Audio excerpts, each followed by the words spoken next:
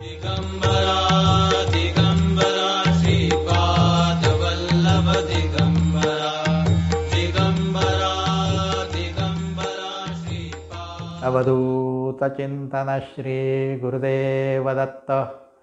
श्री सद्गुरु स्वामी महाराज की जय। श्री सद्गुरु काका महाराज की जय। नमो नमः। आपण मागचे 3 संवाद हे पप श्री लोकनाथ तीर्थ स्वामी महाराज यांच्या चरित्र अवतरणिकेवर केले। आजचा जो आपण संवाद साधणार आहोत त्या संवादाचा विषय हा गुरुचरणी ठेविता भाव हा आहे। जगद्गुरु तुकाराम महाराजांनी ज्या काही अभंगात 4 ओवी घेतलेल्या आहेत त्या अशा आहेत। गुरुचरणी ठेविता भाव आपोआप भेटे देव, म्हणून गुरुसी भजावे रूप ध्यानासी आणावे। देव गुरुपाशी आहे वारंवार सांगू काहे, तुका म्हणे गुरुभजनी देव भेटे जनीवनी। ह्या पंक्ती आहेत। अतिशय समर्पक ह्या ओळी आहेत। साधक बंधूंनो, आपल्या प्रत्येकाची इच्छा अशी असते की मला देव भेटावा, ईश्वराचं दर्शन व्हावं।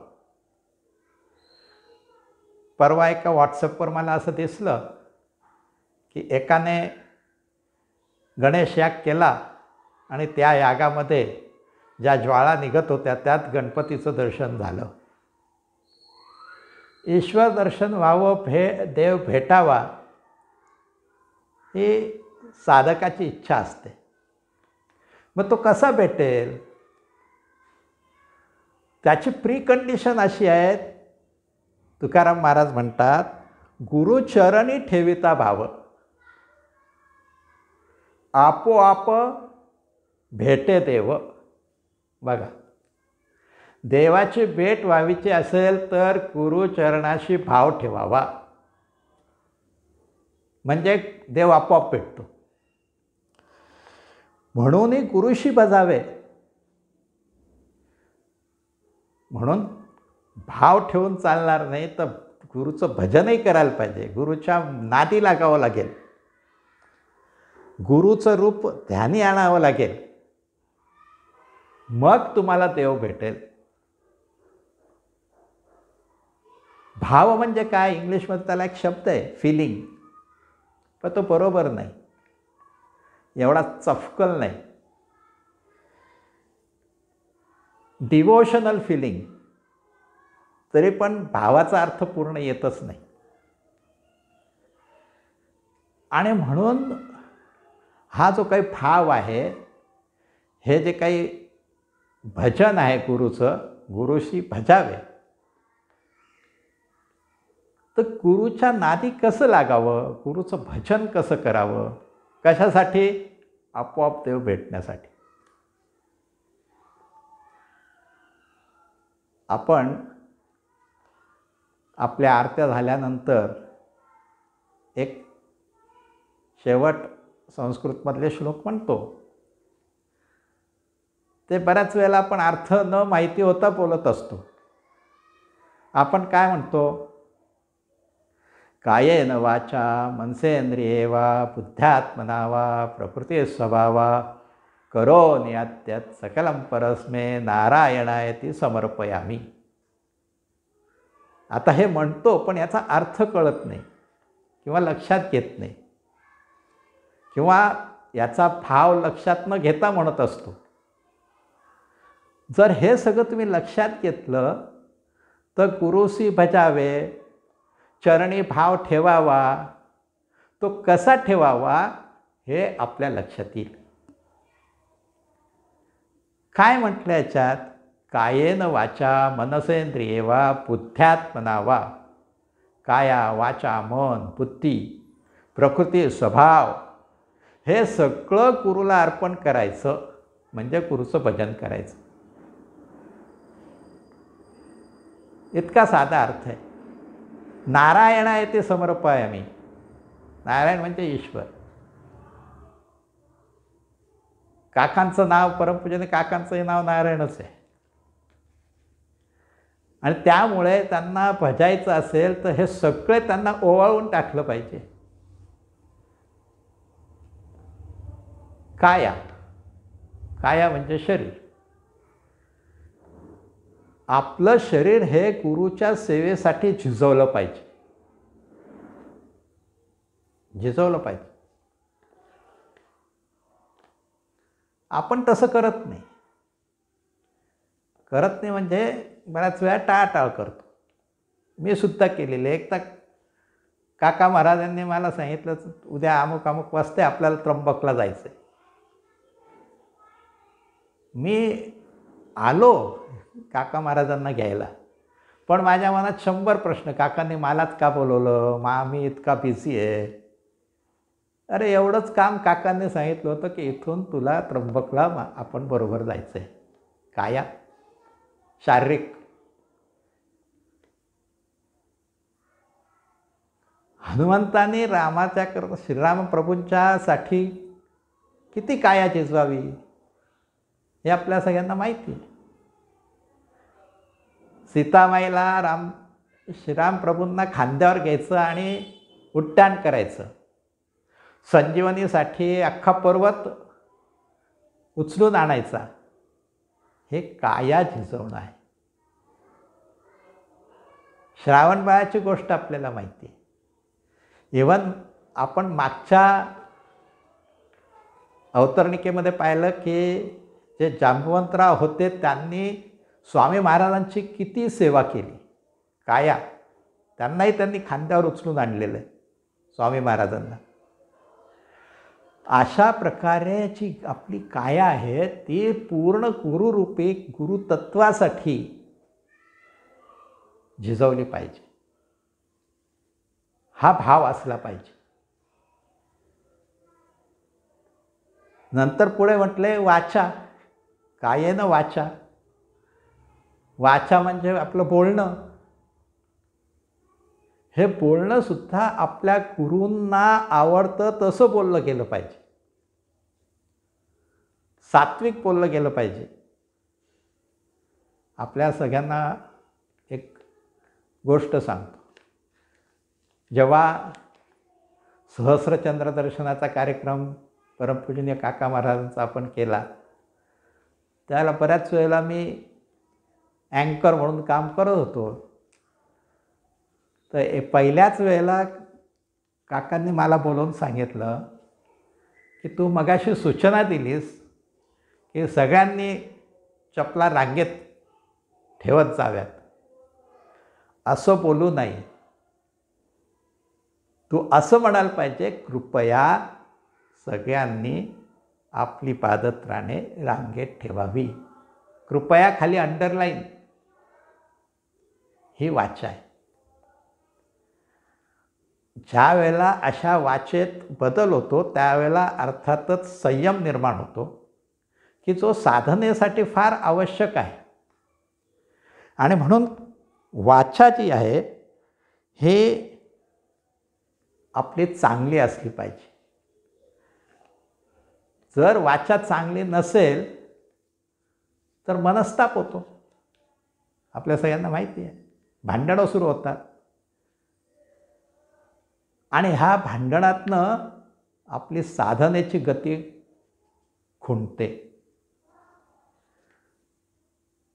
परमपूजनीय आपले सद्गुरूच्या सारखेच सद्गुरू पै जे होते ते काय म्हणायचे? शिव्या शाप शुभ अशुभ हे जेवढं तुम्ही दुसऱ्याच्याबद्दल बोलाल दुसऱ्याला द्याल त्याच्या 100 पटीने ते तुम्हाला रिटर्न येतं. एखाद्याला तुम्ही शिव्या दिल्या, अपशब्द बोलले, तर त्याचा परिणाम 100 पटीने उलटा तुमच्यावर होत असतो. मग चांगलं बोला, म्हणजे 100 पटीने चांगलं होईल. आणि म्हणून ही जी वाचा आहे, ही वाचा अत्यंत आपली चांगली पाहिजे, सौम्य असली पाहिजे, नम्र असली पाहिजे. बोलण्यातनं जे काही निर्माण होतं ते एक तर शांती देतं किंवा अशांती देतं. अशांती तर आहेच, शांतीला चॉईस करणं हे तुमच्या वाचेवर आहे. आणि जर तुम्ही अशांत असाल तर साधना कशी होईल? गुरुला कसं ते आवडेल? जे जे गुरुला आवडतं तेच भजन आहे, तेच केलं पाहिजे. म्हणून वाचासुद्धा काळजीपूर्वक आपण वापरली पाहिजे, ती समर्पित केली पाहिजे गुरुला. मौनम सर्वार्थ साधम, शक्यतो मौनच राहावं, म्हणजे मग पुढचे प्रश्न निर्माण होत नाही. आणि जर बोलायचंच असेल तर त्यामुळे कुठली फारशी प्रतिक्रिया, कडवट प्रतिक्रिया निर्माण होणार नाही. अशा रीतीने बोललेलं आपल्या गुरूंना फार आवडतं. तिसरं आहे मन. मन सुद्धा व्हायला पाहिजे गुरुला. मानसिक पूजा, मनाने केलेली पूजा. आद्य शंकराचार्यांनी सुद्धा मानसिक पूजा आपल्याला सांगितलेली आहे. मनाने समर्पित होणं, का सरेंडर होणं म्हणजे काय? मनानेच सरेंडर व्हावं. मन एकदा सरेंडर झालं की आपोआप काया, वाचा, मन, बुद्धी, प्रकृती सगळं त्याला समर्पित व्हायला लागतं. आणि आपल्या साधनेतच नमन आहे. मन सोडून दिलं की साधना जोरात होते. म्हणून जे मन आपलं आहे हे मन अतिशय महत्त्वाचं आहे. ते समर्पितच झालं पाहिजे, सरेंडरच झालं पाहिजे.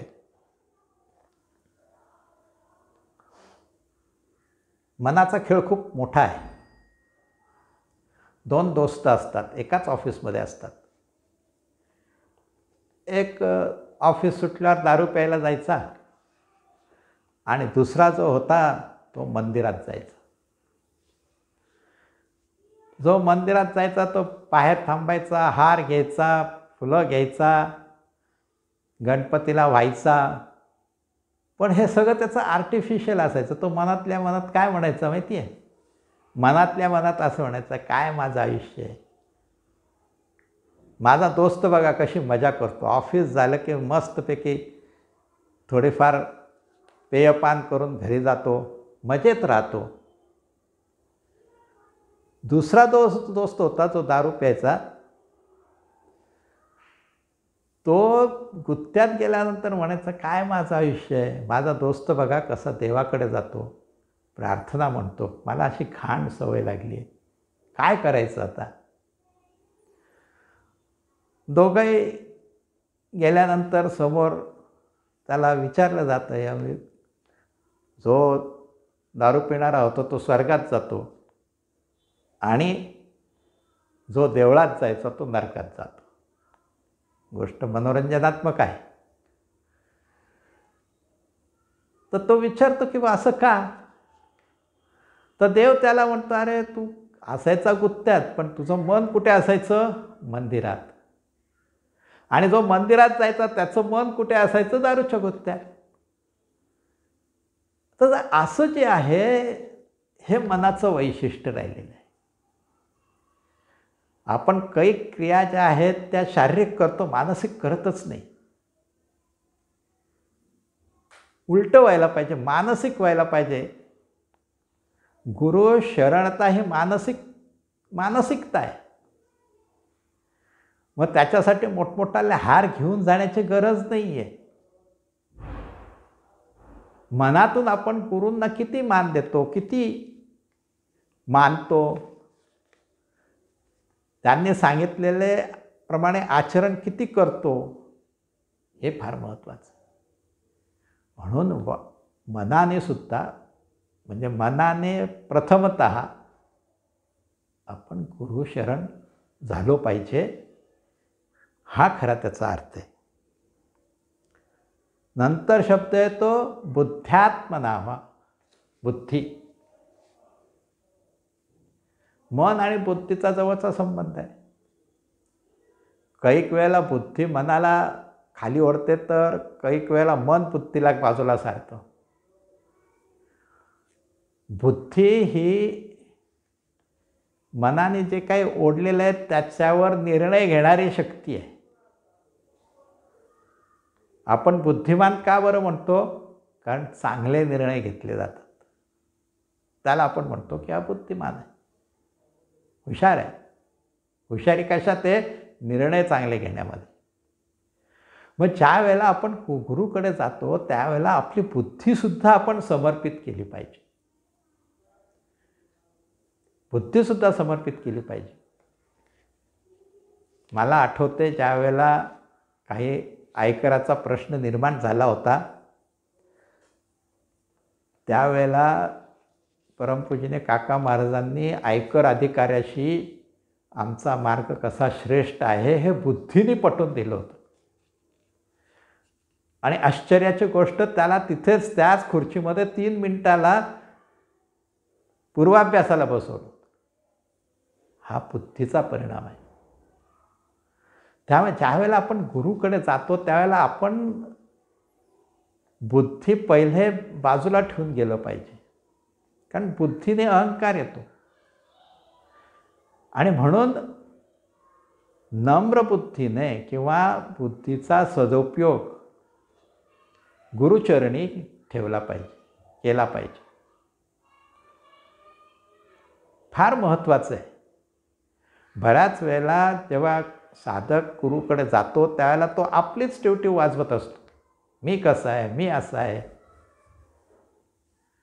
मी CA, मी डॉक्टरकडे गेल्यानंतर माझा CAचं क्वालिफिकेशन 0 आहे. तसं ज्यावेळेला आपण गुरुकडे जातो त्यावेळेला माझी क्वालिफिकेशन 0 आहेत. कारण ते परमहंस परिव्राजकाचार्य 1008 आहेत. एवढं मोठं क्वालिफिकेशन त्यांचं अध्यात्मात. तर तिथे आपल्या बुद्धीचा उपयोग करू नये. बुद्धी स्वामी सांगतील त्याप्रमाणे ती वापरली पाहिजे. स्वतःच्या उन्नतीसाठी वापरली पाहिजे. अहंकार केला तर बुद्धी नीट राहते. आणि म्हणून बुद्धीचं सुद्धा समर्पण हे आपलं झालं पाहिजे. म्हणजे गुरुशी भजावे. चरणी ठेविता भाव, हा भाव जो आहे हा भाव असा असला पाहिजे. कायेन वाचा मनसेंद्रिये वा बुद्ध्यात्मनावा. आता शेवट राहिले प्रकृती आणि स्वभाव. प्रकृती म्हणजे काय? माझी प्रकृती बारीक आहे, पित्ताची आहे, है ना, कफ प्रवृत्ती आहे. किंवा बाहेरचं एन्व्हायरमेंट सुद्धा प्रकृतीच आहे. मग ह्याच्यावर मात करून गुरुशी समरस होणं हे अपेक्षित आहे. हे उदाहरणार्थ काय की मी सध्या उन्हाळा आहे त्यामुळे पहाटे 5 वाजता साधनेला बसतो. पण हिवाळा सुरू झाल्यावर मी बसतो का हो? थंडी आहे, कोण एवढ्या लवकर पहाटे 5ला उठतात? शक्यच नाही. मग ह्या प्रकृतीवर सुद्धा मात केली पाहिजे. बाहेरचं जे एन्व्हायरमेंट आहे त्याच्यावर मात तर करायलाच पाहिजे. म्हणजे मी आज थकलो आहे बुवा, मग मी आज साधनेला सुट्टी घेतो, असं चालणार नाही. प्रकृतीवर मात करून आपली साधना गुरुला अर्पण करणं हे गुरुशी बजावे आहे. मग ते आपोआप भेटतो. कारण गुरुतत्वाचा अंगीकार व्हायला लागतो. आणि एकदा गुरुतत्व कळलं, मी कोण आहे कळलं, हे मी कोण आहे, को अहम सो अहम, हे सगळे जे आहे हे गुरु करत असतो. त्यामुळे हे समर्पण हे प्रकृतीचं सुद्धा झालं पाहिजे. शेवट येतो स्वभाव. मी अत्यंत तापट स्वभावाचा आहे, मी शांत प्रकृतीचा आहे, स्वभावाचा आहे, चंचल स्वभावाचा आहे, आजचा निर्णय उद्या राहत नाही. असा जो स्वभाव आहे तो सरळ मार्गी झाला पाहिजे. गुरुच्या ठिकाणी तो समर्पित झाला पाहिजे. गुरुला जे पाहिजे ते प्रमाणे माझ्या स्वभावात बदल झाले पाहिजे. मी आश्रमात असं बऱ्याच वेळा पाहिलेलं आहे की काही जणांना सोळं धोतर नेसायची सवय नाही, पण आश्रमात तर काम करायचं आहे, भोजन वाढायचं आहे, प्रसाद वाटायचा आहे. मग त्यावेळेला सुद्धा हा आपला जो स्वभाव हट्टी स्वभाव असतो तो बदलून सोळं नेसून ढाबळे नेसून वाढायला उभं राहिलं पाहिजे. स्वभाव असा असतोच आणि या स्वभावामुळे आपण बाहेर पडत नाही, आपण त्यातच रमून राहतो. 2 स्त्रिया मैत्रिणी असतात, एकीचा व्यवसाय असतो मासे विकायचा. त्यामुळे तिच्या घरात सगळे मासे सुकलेले ओले सगळे मासे असतात. आणि दुसरीचा व्यवसाय असतो फुलं विकण्याचा. त्या स्वभाव जो आहे तो स्वभाव असा असतो की सुवासिक याच्यात राहायचं आणि याचं मासेच्या वासात राहायचं. एक दिवस जी मासे विकणारी होती ती आपल्या मैत्रिणीकडे जाते जी फुलं विकत होती. घरात सुगंध असायचा, मोगऱ्याचा सुगंध असायचा, चाफ्याचा सुगंध असायचा. गप्पा बिप्पा होतात, रात्री ह्या झोपायला जातात. हे जी मासे विकणारी स्त्री होती, मैत्रीण होती, तिला काही झोपच येईना. हे विचारते अगं का झोप येत नाही? तर ते म्हणे अगं करू काय, मला वास जो आहे तो मासळीचा वास असल्याशिवाय मला झोपच येत नाही. स्वभाव झालेला आहे, प्रकृती तशी झालेली, मानसिकता तशी झालेली आहे. म्हणजे चांगल्या गोष्टी करण्याचा स्वभाव, सत्कर्म करण्याचा स्वभाव व्हायला पाहिजे. आणि सत्कर्म कधी होईल की ज्या वेळेला आपण गुरुच्या छायेत असू त्यावेळेला. आणि गुरुची परिपूर्ण छाया कधी मिळेल की ज्या वेळेला कायेनं वाचेनं मनाने बुद्धीने स्वभावाने मी गुरुच्या चरणी जाऊन हे सगळं अर्पण करेल. मी माझा राहणारच नाही, हे सगळं अर्पण केल्यानंतर मी माझा थोडीच राहणार आहे. मी पूर्ण शरणागती पत्करलेली असते. मग आपोआप देव भेटतो, आत्मबोध होतो. हा आत्मबोध होण्यासाठीच गुरुचे चरण पकडायचं. देव भेटायचं म्हणजे आत्मबोध होण्याचा प्रकार आहे. हे चरण गुरूंचे पकडल्यानंतर तिथला भाव जो आहे तो हा भाव असला पाहिजे. म्हणजे मग आपल्याला देव आपोआप भेटेल. गुरुचरणी ठेविता भाव, आपोआप भेटे देव. म्हणून गुरुसी भजावे, रूप ध्यानासी आणावे. देव गुरुपाशी आहे. तुकाराम महाराज म्हणतात देव गुरुपाशी. 2दा-3दा तेच सांगताय. वारंवार सांगू काय, तेच म्हणतात. वारंवार कशाला सांगायला पाहिजे. मग हे भजनं हा भाव अंगीकारण्यासाठी आपलं तन मन धन स्वभाव बुद्धी हे गुरुच्या चरणी आपण सगळे समर्पण करून ईश्वर प्राप्तीच्या मागे लागू शकतो. असा ह्या ओव्यांचा अर्थ आहे असं मला वाटतं. आपण सगळ्यांनी हे माझं संवादातील अर्थ ऐकून घेतला त्याबद्दल सगळ्यांना धन्यवाद. एकदा आपण सगळे सामूहिक नमस्कार करू. काही चुकलं असेल तर क्षमा मागतो. ज्या ज्या स्थळी हे मन जाय माझे, त्या त्या स्थळी हे निजरूप तुझे. मी ठेवितो मस्तक ज्या ठिकाणी, तेथे तुझे सद्गुरुपाय दोन्ही. अवधूत चिंतन श्री गुरुदेव दत्त. श्री सद्गुरु स्वामी महाराज की जय.